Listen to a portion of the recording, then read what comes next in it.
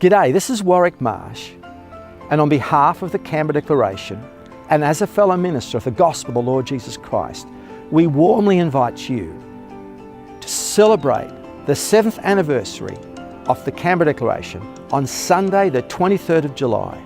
The Canberra Declaration was drafted by a number of Christian leaders from many denominations with a heart for the nation, led by an Indigenous Christian leader, Pastor Norman Miller, and his wife, Pastor Barbara Miller, with Dr. Graham McLennan and many, many others.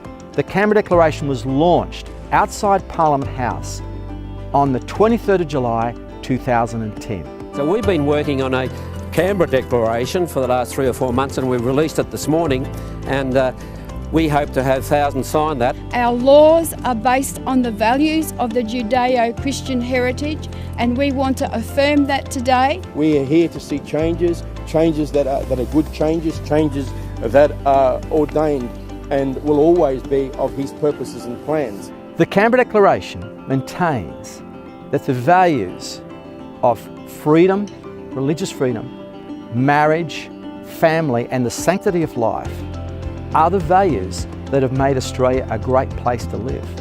And these values are Christian values. But sadly, many of the values that we have taken for granted are under increasing attack. Our Australian way of life is being undermined and eroded. We only have to look at what is happening in other Western nations to see what could happen here. In Sweden, which legalised homosexual marriage in 2009, clergy have just been warned by the government to perform homosexual marriages or find another job. Canada, a new law in Canada has decreed that parents who disagree with their child changing gender could face having the state remove their child by force. England, after the legislation of homosexual marriage in England in 2013, a gay couple sued a church for refusing to marry them. England again. Early this year, a preacher was locked up in jail for hate crime after quoting the Bible to a gay teenager. Belgium. After the legalisation of euthanasia in 2002, Belgium has recently extended the right to die to children. Make no mistake, the same things can happen here. That's why we need to make a stand for Australia's God-given values.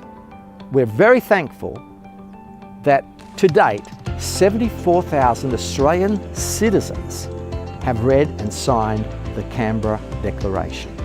Through informed prayers and actions, the Canberra Declaration community is making a real difference.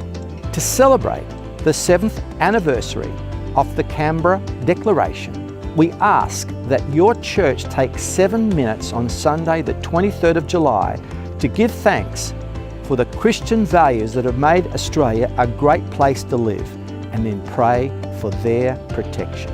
We would be very happy to provide you resources for you to celebrate and to pray for our nation. Check out the newsletter or the links below to get your free downloadable resources to help you pray and celebrate.